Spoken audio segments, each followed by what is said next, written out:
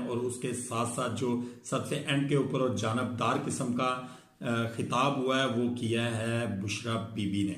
First time जो है वो बुशरा बीबी मंजरे आम पर आई, लेकिन जिस वक्त सीएम हाउस के अंदर बुशरा बीबी खिताब के लिए आती हैं तो उनको एक पर्दे के अंदर लाया जाता है और उसके आगे प्रॉपर तौर पर उसको ब्लॉक कर दिया जाता है ताकि वो नजर ना आ सके किसी को।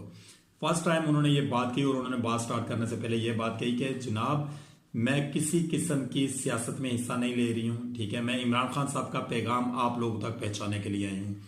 उन्होंने बड़ा दबंग किस्म का, उन्होंने तमाम तर काबीना के सूबाई असम्बली और कौमी असम्बली के जो मेंबरान हैं उन सबको वहां पे बुलाया।